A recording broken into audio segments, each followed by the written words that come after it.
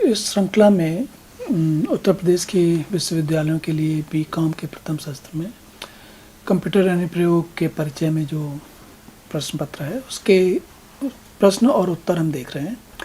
तो ये एक प्रश्न है, कंप्यूटर सिस्टम क्या होता है, इसके तत्व इंगित करिए। अब ये अक्सर करके ये सवाल पूछा जा सकता है और इस प्रश्न के उत्तर कई तरीके से दिए जा सकते हैं, लेकिन एक तरीके से हम यहाँ पर आपको बता रहे हैं। वो तरीका क्या है, देखिए इसमें जो है आप सबसे नीचे जो है ये कंप्यूटर का हार्डवेयर होता है। हार्डवेयर का क्या मतलब है, इनपुट आउटपुट सीपीयू। मतलब जैसे इंसान का शरीर होता है ना, आपकी आँखें, ये आँखें क्या है, इनपुट है, और आँखें इनपुट और इनपुट हैं, हाथ आउटपुट है, या फिर पैर आपके आउटपुट हैं। पैर इनपुट भी हो सकते हैं, आउटपुट भी हो सकते हैं। तो उसी तरीके से यह मुंह जो है वो इनपुट आउटपुट दोनों का काम करता है। तो इनपुट का मतलब जिससे आप कोई जानकारी अंदर लेते हैं, जैसे आंखें खास करके इनपुट लेने का काम करती हैं, कान इनपुट लेने का काम करते हैं, पर मुंह आउटपुट भी कर सकता है, राइट। तो उसी तरीके से ये जो हार्डवेयर है वो आदमी कंप्यूटर का भौतिक शरीर है। मतलब उसमें सीपीयू आती है, उसमें ये जो माउस में हिला रहा हूँ ये आता है, कीबोर्ड आता है जिस पे हम टाइप करते हैं, और स्क्रीन जो मॉनिटर जिस पे देख सकते हो आप वो आता है। तो ये, या फिर जैसे इसके अलावा भी हार्डवेयर हो सकते हैं, जैसे प्रिंटर हो सकता है, हार्ड डिस्क हो सकती है, वगैरह वगैरह। तो जो ये फिज़िकल आइटम, इनको फिज़िकल कहते हैं, मतलब कि भौतिक है। मतलब कि जैसे विचारों के लिए विचार मस्तिष्क में आते हैं, ठीक है, मन में आते हैं, लेकिन अगर शरीर नहीं हो तो विचार नहीं आएंगे। विचार किसको आएंगे, है ना। तो इसी तरीके से हार्डवेयर, सॉफ्टवेयर चलाने के लिए हार्डवेयर आवश्यक है। पर हार्डवेयर क्या है, हमारा शरीर, ऐसे कंप्यूटर का शरीर। आप सामान्य भाषा में ये समझ सकते हैं, वो इनपुट भी होता है, आउटपुट भी होता है, सीपीयू भी होता है, और बहुत कुछ होता है। और इनके बारे में डिटेल में बहुत सारी चीज़ें समझी जा सकती हैं ना। इसी तरीके से इस हार्डवेयर को चलाने के लिए एक चाहिए ऑपरेटिंग सिस्टम।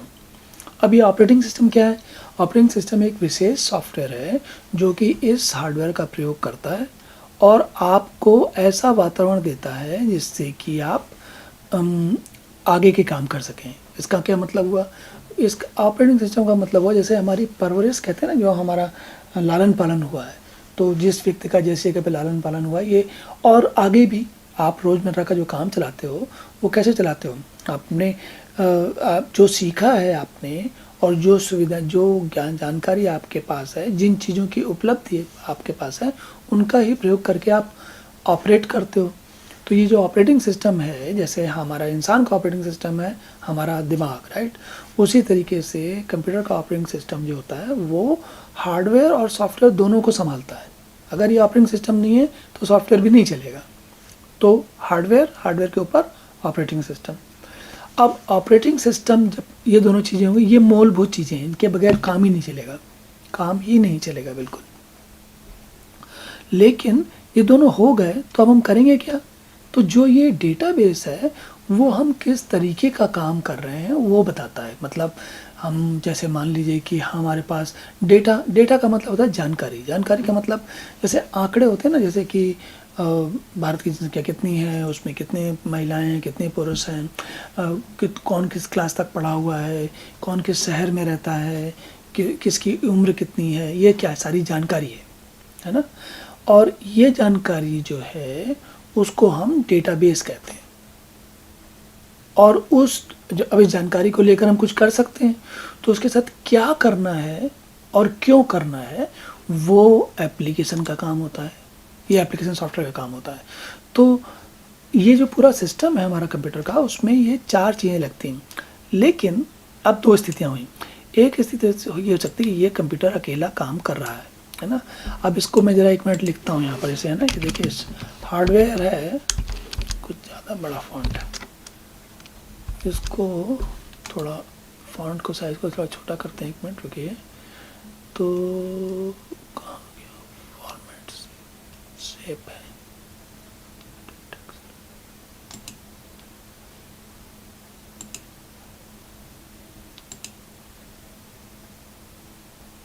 मान लीजिए कि मैं यहाँ पे हार्डवेयर लिखता हूँ, है ना। ये हार्डवेयर मतलब यानी कि शरीर।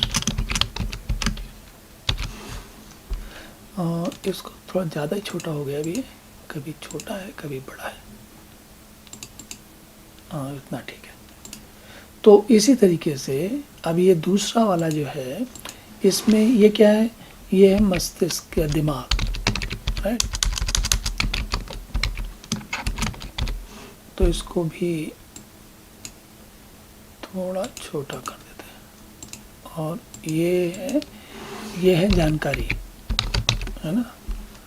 और जानकारी का मतलब क्या हुआ, ये जो मैं आपको बता रहा हूँ ये आपको कहीं भाषा में लिखा हुआ नहीं मिलेगा, लेकिन बात को समझने के लिए ये काम की चीज़ है ना।